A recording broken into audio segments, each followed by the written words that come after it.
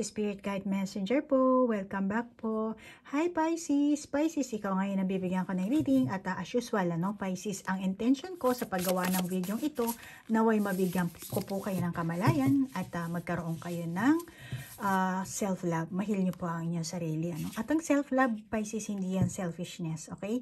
At iba rin ang self-desire. Okay? At kailangan talaga balance. Balansehin mo ang enerhiya mo, ang buhay mo, at kailangan magkaroon ka ng self-realization, self-awareness, self-reflection din. At kasi Pisces, kung ano ang ginawa mo sa past na ilang linggo, ilang araw, ilang buwan, ilang taon, di ko alam kung ilang taon ka na ngayon Pisces, yan ang magiging resulta or kung ano man ang sitwasyon na meron ka ngayon, yan ang resulta ng nakaraan mo. Kaya yung iba sa inyo, ay, impyerno ang buhay ko. Ay, at saka Pisces, wag kang magsasalita ng ganyan, ng negatibo sa sarili mo. Okay? Kasi naa-attract mo yun. Meron ngang kasabihan sa panahon ngayon, noong panahon wala yan. Pero ngayon, nagkalat na ang mga impormasyon, may sinasabi na likes attracts likes. Kaya kung ikaw mataas ang enerhiya mo, naa-attract mo ang mga parehong ka-level mo, ka-level ng frequency mo. Kung masayahin ka, masayahin din ang taong ma-attract mo. Kung manloloko ka, manloloko rin ang mga taong ma-attract mo. Ganun lang yun. Likes attracts likes. Okay, Pisces? So, ngayon, Pisces, sa ating reading, aalamin natin kung sino ang makikilala mo. Depende kung anong klaseng sitwasyon ng meron ka ngayon. Ikaw lang ang nakakaalam. Alamin natin sa baraha kung sino ang makikilala mo or ang susunod na makakarelasyon mo, ano ang sitwasyon mo, anong meron kayo, at paano yung makikilala ang taong ito, ano ang katangian, at pagkatapos yung magtagpo, magkakilala, aalamin din natin kung ano magiging outcome niya, Meron tayong 1, 2, 3, 4, 5, 6, 7, 8, 1, 2, babalasahin natin ito. Kuha tayo dito. 1, 2, 3, 4, 5, 6, 7, 8. So, meron na tayong dalawa. Tatlo na lang kuhanin natin. Tatlong baraha dito, Pisces. Opening to discovery and then tender embrace. Roots of abundance.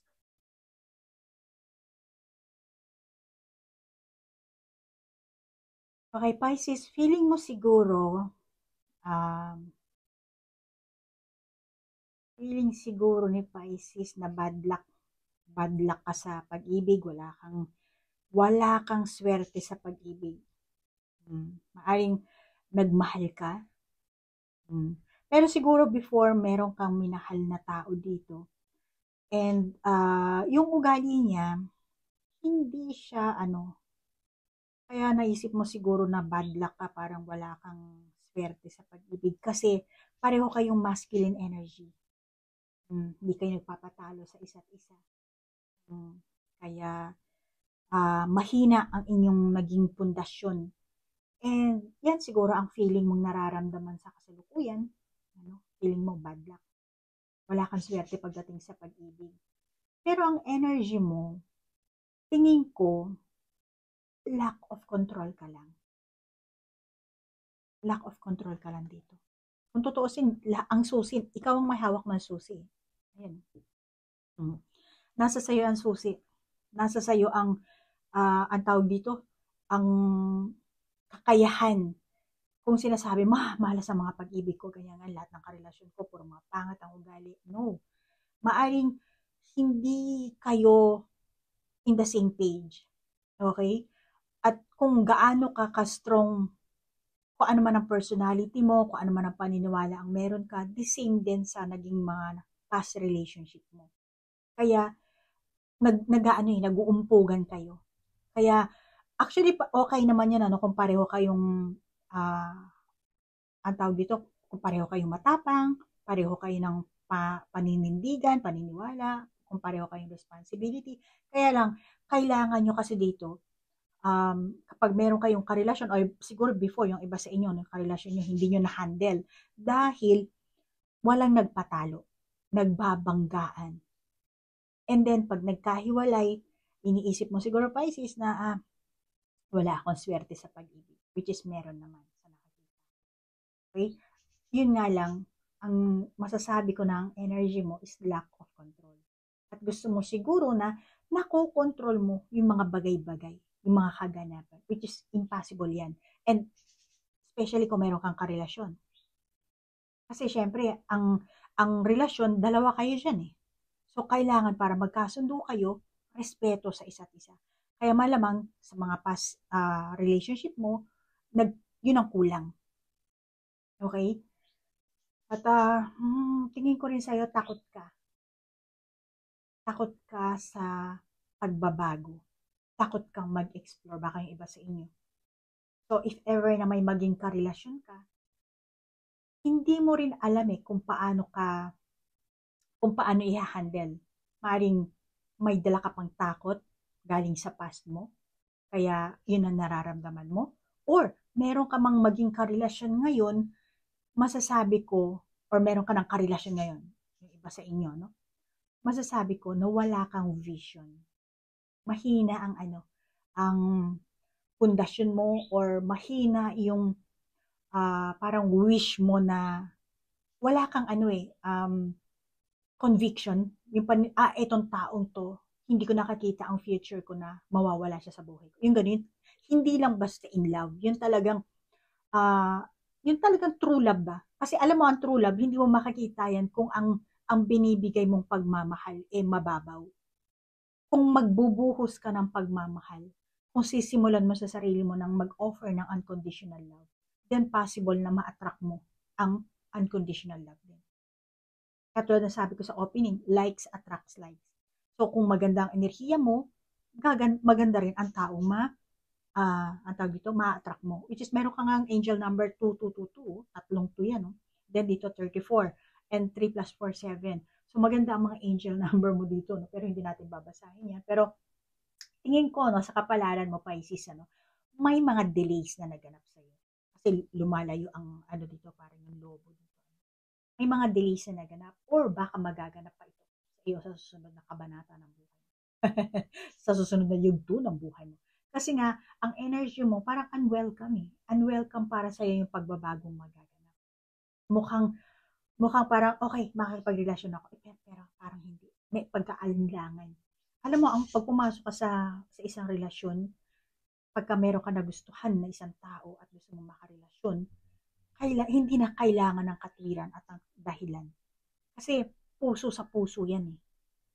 At yun ang parang ready, parang hindi. So meron kang ganyang klaseng enerhiya. At malamang yung iba sa inyo, no, nai-impluwensyahan kayo ng mga tao sa paligid niyo.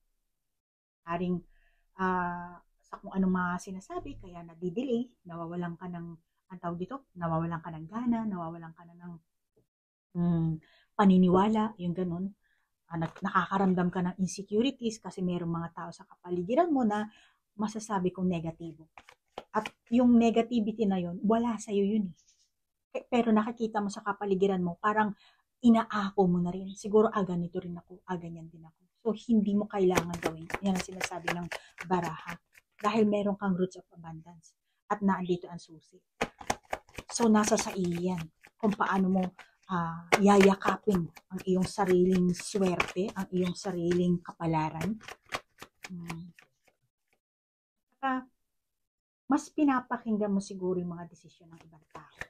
Opinion. Ayan, naglabasan. Esoteric na baraha. Oh.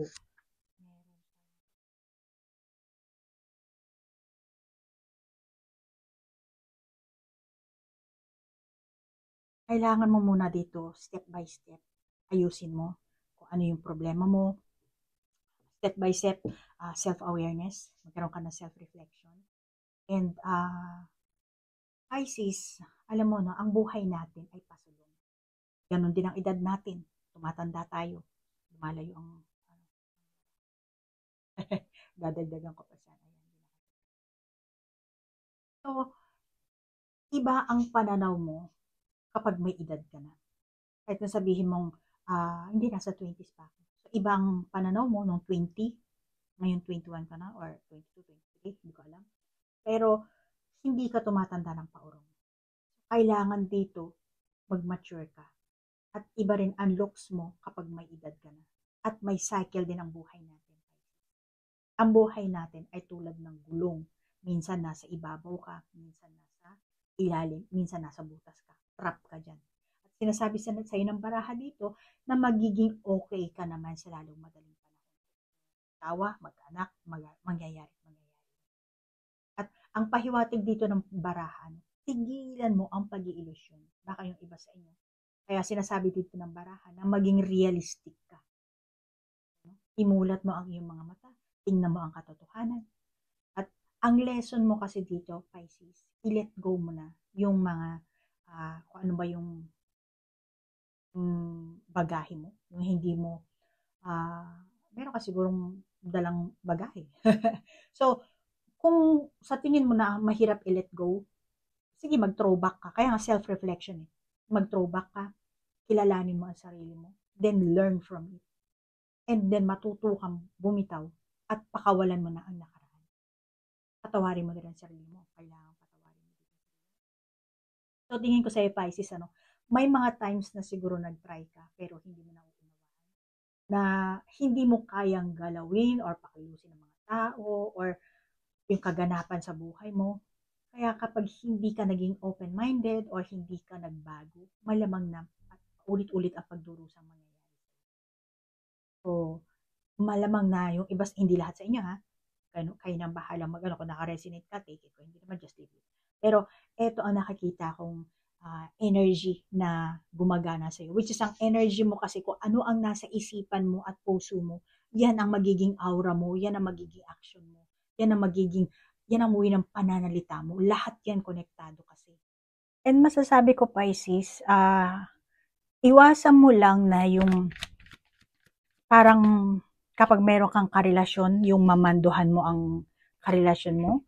Tingin ko ayaw mo rin kasi na ikaw mamanduhan. So, kung ano yung ayaw mo sa sarili mo, dapat yun din ang gawin mo sa person mo. So, meron kang ganong klaseng enerhiya, meron kang klaseng ganong mindset, at malamang yung iba sa inyo, no, gusto nyo talaga kasi masunod yung nais nyo. Okay? And pero sinasabi sa'yo dito ng baraha mo, na maging adaptable ka dapat. Flexible. Okay? And then, alamin natin kung paano kayo magkakakilala nitong magiging next person nyo or kung sino ba to. Paano kayo magkakatagpo, anong klaseng sitwasyon, anong kaganapan ang meron kayo. Alamin natin sa baraha.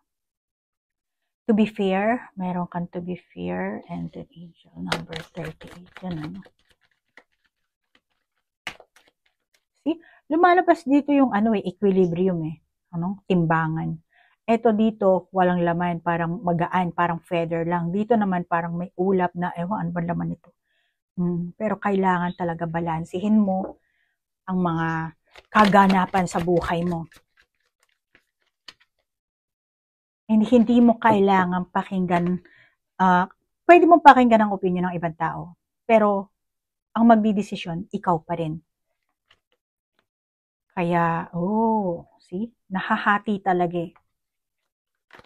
So, ngayon, mending. Mending ang baraha mo.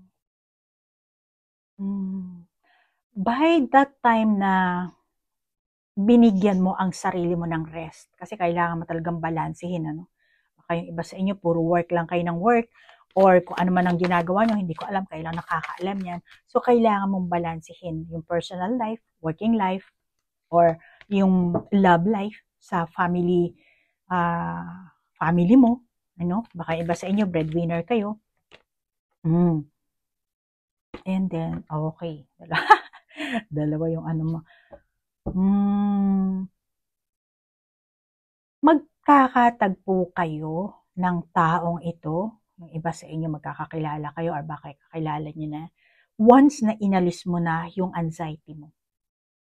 Once na nabalance mo na yung sarili mong enerhiya, yung sarili mong schedule, yung sarili mong buhay. Pag nabalanse mo na. Ngayon, dito mo makikilala ang taong to. Malamang na ikaw siguro or etong tao makikilala mo rin, pareho kayong mentally overload, or baka ikaw. Kaya sinasabi dito, kailangan ng balance. Ano? Nahahati, and then meron kang timbangan dito. So, kailangan mong gawin yan. Paglabanan. Ayusin. Yan ang sinasabi sa ng baraha. Ngayon, pagka naayos mo na yan, unahin mo kasi ayusin ang sarili mong enerhiya. Then, pag naayos mo na yan, yan na ang timing na makikilala mo or matatagpuan mo itong good person na to, or bagong person, or panibagong makakarelasyon mo. Yung iba sa inyo, kailangan mo munang mahil. Mahil muna ang sarili mo. Physically, emotionally, and spiritually. Kapag nag-change na ang pagkakakilala mo sa sarili mo, ito na ang timing ng pagtatagpo nyo. Makikilala mo itong taong ito. Ibibigay na sa ito ng universe. Maaring after 3 months, 3 months, or this month of, ano ba? Ewan, this month, ano na tayo ngayon? 11 na. Or baka next month mo makilala tong taong ito. Or baka this month ng 22, makilala mo ang person na to. Pero bago mo siya makilala, yun ang kailangan mo, yung ma-heal ka. Okay? Pero, kailangan mo ring i-condition ang sarili mo, Pisces. At kung dati palagi ka nakikipagtalo, katulad niyan, lumalaban ka. So, sinasabi sa'yo ng baraha, kasi meron ka din dito 2 espada. Ito yung 2 elepante, parang ano sila. So, kailangan dito, ito na kasi ang time. Hindi mo kailangan makipaglaban. Hindi mo kailangan ipakita yung lakas mo. Hindi mo kailangan na, kasi naghahanap ka ng pag-ibig. Gusto mo nang magmahal. So, ang kailangan mo lang gawin dito ay bigyan mo ng space ang sarili mo. Mahalin mo ang sarili mo. At hindi mo kailangan matakot. At huwag ka ring matakot mag-isa. If ever na, ano ba yan, wala akong karelasyon, ganyan-ganyan. Tapos, syempre, kinocompare mo siguro yung sarili mo sa iba. Sila yon. Ikaw ay ikaw. Ngayon, huwag kang matakot na tumanda na mag-isa, or mag-isa, wala akong karelasyon, para malungkot ang buhay mo. Huwag. Kasi the more na nakakaramdam ka ng ganun, the more na pinabibigat mo ang enerhiya mo. The more na pinabibigat mo ang kapalaran mo. Kaya ang sinasabi sa'yo dito ng baraha, na alisin mo yung takot mo, alisin mo yung ganyang klaseng mindset. Baka yung iba sa inyo, palagi kang napapalibutan ng friends mo, coworker mo, and hindi ka nakakita ng person na to. Alam mo yun? Kaya walang timing. Halimbawa, kakilala mo na siya, ka-coworker mo na siya, itong person na itong makakilala mo, no? Gusto kanyang kausapin, gustong magpakilala, pero wala siyang chance, walang timing, dahil hindi ka, napapalibutan ka siguro ng mga tao sa paligid mo. Kaya gusto man lumapit, jahe. Kasi palaging may mga nakabuntot sa'yo. Kaya, isa rin yan dahilan na malamang parang nagiging hadlang. Kaya, itong person na to, may damdamin man sa'yo, maring kakilala mo na, or ngayon pa lang, makikilala, ngayon pa lang kayo magtatagpo, and then once na makita ka niya, hindi agad-agad makakaporma sa madaling sara. Hindi agad-agad magpapapansin sa'yo, kasi na-awkward, and then mahirap kang lapitan. So, isa rin yan na kailangan, bigyan mo rin ang sarili mo ng, yung mag-isa ka lang. Baka iniisip mo pag mag-isa ka lang, ayoko isipin ng mga tao na malungkot ako, or lunch break sa trabaho, ayaw mong kumain mag-isa. Dito sa Japan, maraming mag-isa lang kumakain. Ewan ko kung nasaan bansa ka. So, ganun na, no? Pagka lunch break mo, tapos palagi kayong grupo-grupo kumakain, itry mo na ikaw na lang muna mag-isa. Nang sa ganun, maaring itong taong to maisip na, ay, mukhang malungkot si Pisces, baka lapitan ka. So, may mga timing kasi na kailangang, yan ang mga parang dinadala ng tadhana sa atin. Ngayon, ang nagiging hadlang kasi, yung mga tao rin sa kapaligiran natin. So, kailangan nga self-reflection, self-awareness, always presence ka kung ano nangyayari sa kaganapan mo sa mismong oras na yan. So, yan ang sinasabi sa iyo ng baraha. At Yung iba siguro sa inyo, no? Maaring yung that time na nagsolo ka ng tirahan, umalis ka na sa bahay ng parents mo, ikaw na talaga mismong mangungupahan. Baka dati nakatira ka sa auntie mo, sa kung sino man, ano? At ngayon, parang kinakailangan mo kasi dito maging independent. So by the time na naging independent nga, malamang na eto rin ang timing para sa'yo. Magkakatagpo kayo, magkakakilala kayo. Yung iba sa inyo, yung time na nawala na kayo ng gana sa pag-ibig. Wala na, pagod na ako, hindi na ako makipaglaban. Surrender na ako. Yan ang time na makikilala mo tong person na to. Magkakatagpo kayo. Maaring ikaw rin or ang person na to. Yun ang time na, yung tipong focus na lang kayo sa work, focus na lang kayo sa hobby nyo, or focus na lang kayo sa bagong environment no kung anong man meron kayo. Then, yun ang time na magkakatagpo kayo. So, Pisces, alamin natin kung ano ang katangian ng person na to. Ano ba ang katangian ng person ni Pisces?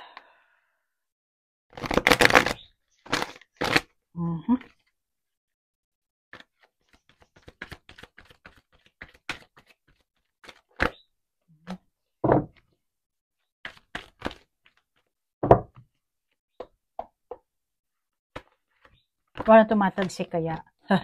Ganito hinaran natin. Oh, Concord. Alam mo, abundance din to angel number 11. Then meron ka ring abundance dito.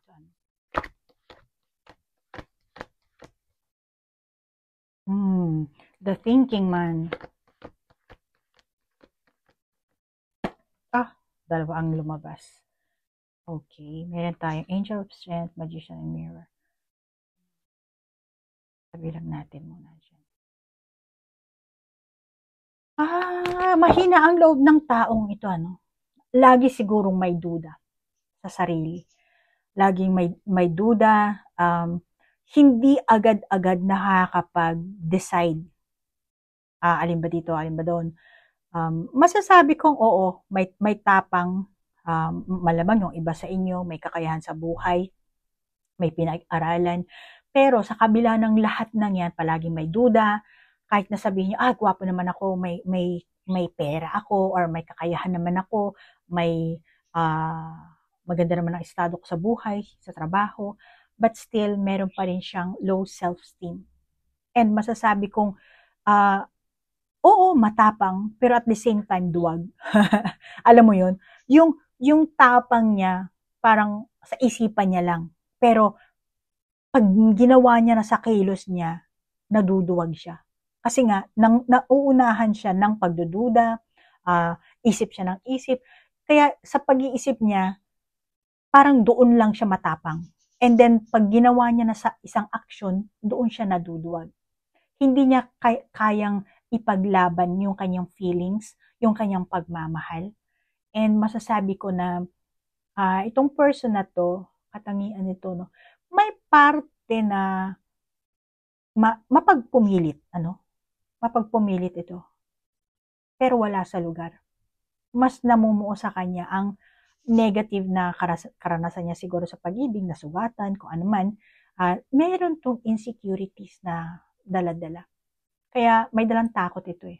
Then para sa kanya, kung yung kabilang partido or kung ikaw, ikaw Pisces, kung ikaw ang mag-e-effort, magpapakita ka ng gilas, magpapakita ka ng feelings mo, kung ano man ang pagpapapansin na gagawin mo, then saka lang siya siguro, sa kanya lang siguro bubuksan yung puso niya. Kasi palaisip ito eh.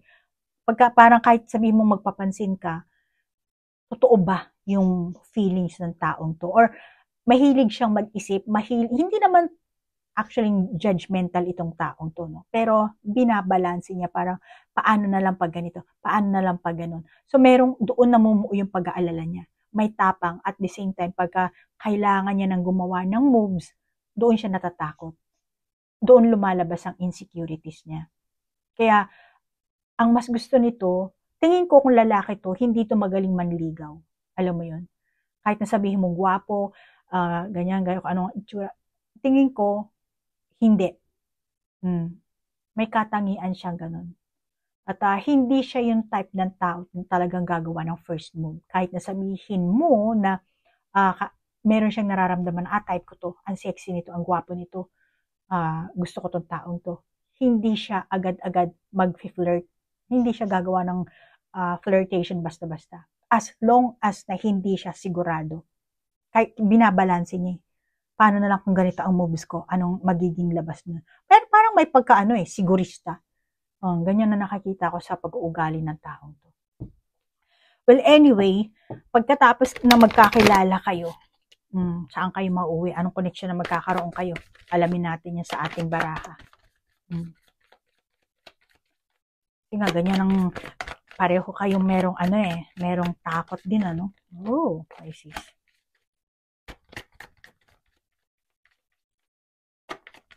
Ano ang magiging outcome nila ni Pisces? No?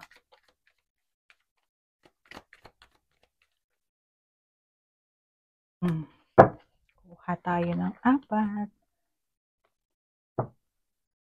Oh, talagang balance ang nyo, ang keyword nyo dito, balance. And then equilibrium, ito rin balance. So, yung mga pag-uugali nyo nagliliyab. Mahal ka nito, Pisces, pag nagkatagpo na kayo, nagkakilala na kayo. Tingin ko may pagmamahal talaga to sa'yo. Or, let's say, first time lang kayo nagkakilala nito. Masasabi kong, love at first sight, ang mararamdaman nito sa'yo. Unang pagkakita, type kita, Pisces. Ganun ang dating nitong taong to. Ngayon, mauuwi kayo sa reality. Kaya yung mga ilusyon nyo, matatapos na yan. And then, maaaring naandun pa rin yung pag-uugali ng sigurista, mga katangian. Meron kang katangian din, meron siyang katangian. Pero, once na nagkakilala na kayo nito, once na nagkatagpo na kayo, then, continue. Kasi dito magliliyab ang inyong mga puso. Naandun yung attraction dito Kaya mauuwi kayo sa reality. Kung dati duda ka na, mukhang hindi ko to makakasundo, or parang suplado, parang may kung ano, no, hindi. Magtutuloy-tuloy kayo na maging magkarelasyon. Kaya kung para sa'yo, Pisces, parang meron kang, kasi ikaw ang nanonood Pisces.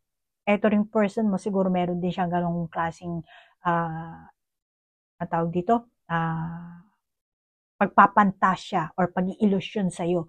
Ganon ka rin. So, magiging realistic ka na. Mauuwi kayo sa pagiging kayo, magiging magkarelasyon kayo, and tingin ko, magiging maganda naman ang inyong kalalabasan. Ang kailangan nyo nga lang talaga dito, maging klaro. Klaro kayo sa purpose nyo sa isa't isa. Anong klaseng relasyon ang gusto nyo? Malamang na ikaw or ang person mo, may mga bagay kayong dapat na pagpilian. Kaya kung may kakulangan kayo, mauuwi talaga kayo sa hindi magandang samahan. Pero kung yung kakulangan nyo is pupunuan nyo, or yung mga past na experience nyo hindi naging maganda, pero this time parang gusto ko na magandang relasyon, aalisin nyo yung pagiging sigurista nyo, then mauuwi kayo sa magandang connection. So, alin lang naman yan sa dalawa, So, Pisces, total, ikaw naman, nanonood dito. Kaya makakabuti sa'yo na alisin mo na yung confusion mo, yung pagkalito mo, yung magulong pag-iisip mo, maging klaro ka. Ano bang buhay ang nais mo? Ano bang samahan? Ano bang gusto mo sa isang karelasyon? Ano bang mai-offer mo kapag ka itong person na to lumapit sa'yo, niligawan ka, or nagpapansin sa'yo, or ikaw mismo magpapapansin sa vice versa, Ano ba ang kaya mong i-offer sa kanya? Kasi doon na magsisimula yan So, kung iniisip mo, Pisces, na malas ka sa love life, never ka nagkaroon ng karelasyon, or every time na magkakaroon ka ng karelasyon, hindi nauuwi sa maganda, sinasabi sa'yo nito, balance, and reflection. Then, magse-self-reflection ka, then kailangan mong ayusin, kaya meron kang mending na baraha dito. At itigil mo na yung, ang tawag dito, yung pagpapakita mo ng tapang. Yung parang, kaya ko mag-isa kahit wala, hindi ko, yung, alam mo yun, may tapang kang ikaw nang bahala mag-validate yan. Pero ito ang sinasabi ng baraha. So, alisin mo na yung ganyang klaseng, ang tawag dito, ganyang klaseng paniniwala, ganyang klaseng pag-uugali. So, more on kailangan mo dito, pag-aralan ng sarili mo. And alisin mo na yung pagkalito mo, yung magulo mong pag-iisip, hindi mo na kailangang maging busy ang isipan mo. Which is, hindi mo maaalis ang mga nakaraan dahil parte na yan ng buhay mo. So, wala ka nang magagawa dyan. But, ang kailangan mo, balansehin na lang. At magkaroon ka ng realization kumbaga, kailangan mong mag-mature dito. So, Pisces, eto sinasabi sa'yo ng mga baraha mo dito, kasi dito, fiery. Pero dito sa baraha mo, ito maganda kasi ito, itong dalawang barahan to. So, sinasabi sa'yo dito, yung iyong kalinawan tungkol sa iyong gusto sa buhay pag-ibig, kasi love reading ito, no? So, maaaring kapag hindi ka klaro, yan ang magdudulot sa'yo ng chaos. Magiging magulo eh. So, imbis na ang person na ito ang, kumbaga, binibigay sa'yo ng tadhana. Kahit na maging hindi maganda kasi papangit lang ang outcome nyo kung pangit ang mga ugali nyo. Pero sinasabi dito, ibibigay sa iyo ito ng tadhana. So ngayon, kahit nasabihin mo magkahiwalay pa kayo nito, still meron ka pa rin kailangang ma-experience sa person na to. Kaya, kumbaga ito na ang magiging experience mo, Pisces, na makakaranas ka ng masayang oras. Kahit na sabihin mo may takot ka na, hindi kasi malas ako sa pag-ibig ko. No, itry mo.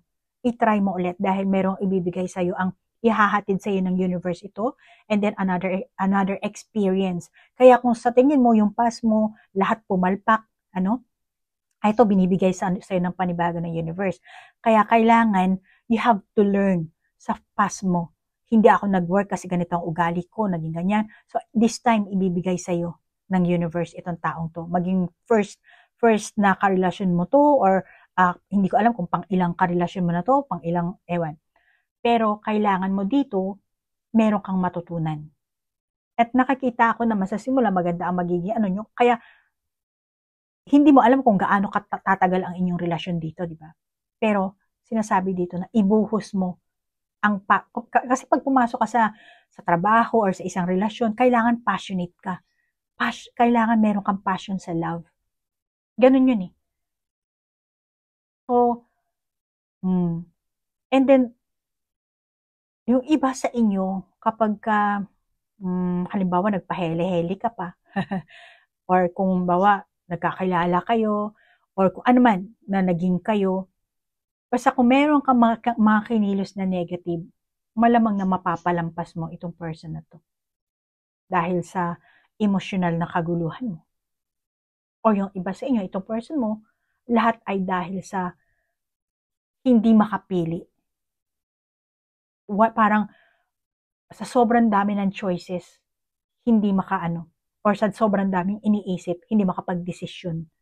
So, merong ganong klaseng kaganapan na mangyayari. Kaya Pisces, para hindi kayo mauwi sa parang pinaka-dead end ng inyong or broken heart or mauwi sa wala. Sayang naman, nagtagpo na kayo. So, mahalaga dito, panatilihin nyo na nakatutok talaga kayo sa gusto nyo or ikaw mismo, Pisces, sa gusto mo. Kaya, huwag kang maging sigurista. Hindi lahat ng dadaanin mo sa tatahakin mong landas, bahala. Kung tutuusin, merong light may liwanag. Malamang yung iba sa inyong Pisces, spiritually guided kayo. Divinely guided. Meron tayong angel number 322 222. So, malamang na, at saka ito, 383. Kung ano yung mararamdaman mo, yun din ang mararamdaman ng person na to. Kung ano yung papakita mo sa kanyang reaction, face mo, Kung poker face ka, poker face din siya. Pero kung magpapakita ka ng friendly ka, magiging friendly din to. Kung nagger ka, nagger din to. Kung ano yung ipapakita mong ano, natural lang magre-reflect yun at yun ang babalik sa'yo. Kaya kung negative ka, kung sinasabi mong malas ang buhay mo, ganyan-ganyan, or hindi naglalast ang relationship mo, yun ang kailangan mo munang gawin dito. Kasi kailangan mong linisin yung enerhiya mo. Kailangan mo magkaroon ng self-reflection. And then bibigyan ka ng universe ng panibagong tao na makikilala mo, na magiging karelasyon mo, na panibagong experience na naman to. So, hindi porket na nakaranas ka ng kamalasan sa mga nakaraang karelasyon mo, nakaraang ilang buwan, taon, hindi ibig sabihin na malas din ito makakilala mo, itong darating sa buhay mo. Nasa sa iyo yan, Pisces. So, bahala ka na. Or, siguro meron kang pag-uugali, bahala na si Lord kung ano na yun. Hindi pwedeng bahala. Dahil nasa Diyos ang awa, nasa tao ang gawa. At Pisces, huwag kang matakot na harapin ang katotohanan. Ano? Makakabuti na magsisi ka sa ginawa mo kesa sa magsisisi ka pero hindi mo naman nagawa. 'Di ba? Mas hindi maganda 'yun eh. Naandun kasi yung ano eh, yung mananatili 'yun eh. Sana pala sinabi ko, sana pala ganito ang ginawa ko. Sayang, 'di ba?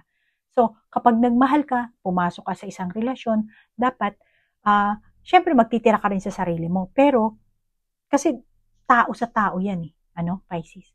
So, kailangan na andun yung buong pagmamahal mo, hindi ka magiging sigurista, hindi ka magdududa. Kasi kung etong taong to, mapagduda siya, magre-reflect din sa'yo. So, kung sa tingin mo magre-reflect yun, suklian mo ng in a positive way. Dahil yan ang kailangan mo. Kasi kailangan mo dito mag-mature eh. Okay? Meron kang 5505 na angel number. So, Pisces, huwag kang matakot na harapin ang katotohanan at gawin mo lahat ng kaya mong gawin para wala kang pagsisihan sa bandang huli at huwag kang matakot na masaktan. Okay? Natural lang na masaktan at part ng ano yan, pagmamature mo, and huwag ka rin matakot magkamali. Yun nga lang, ang pagkakamali, dapat hindi mo na iulitin. Sa isang pagkakamali, dapat meron ka dun self-reflection, self-realization. Bakit ako nagkamali? Bakit nauwi sa ganito? And then, i-switch mo yun sa ikabubuti mo. Di ba? So, tandaan mo lang ha, Pisces, pwede ka magkamali. Basta, ang kailangan ng lesson learned, dapat meron ka natutunan doon at huwag pa ulit-ulit ang pagkakamali. And then, pag nagmahal ka, ibigay mo yung kaya mong ialay. At huwag ka na mag-intay ng sukli. Kasi yan ang sinasabi sa iyo. Then, etong taong to, tingin ko sa barahang ito, no, mahal ka nito or mamahalin ka nito. Yun nga lang, depende sa ipapakita mo sa kanya. Kasi kung ano ipapakita mo sa kanya, susuklian niya yun. Okay, Pisces? So, maganda ang baraha mo, Pisces. Kung depende, ikaw lang nakakaalam kung anong sitwasyon ng meron ka ngayon. Pero, kung gusto mo, Pisces, mag-request ka ng personal reading para hahalukayin natin yung iyong energy, yung iyong kapalaran, yung iyong tadhana. May cycle ka rin kasi, ano? Depende rin sa edad mo yan, Pisces, at sa gender mo. So, hindi ko alam kung anong gender ang meron ka.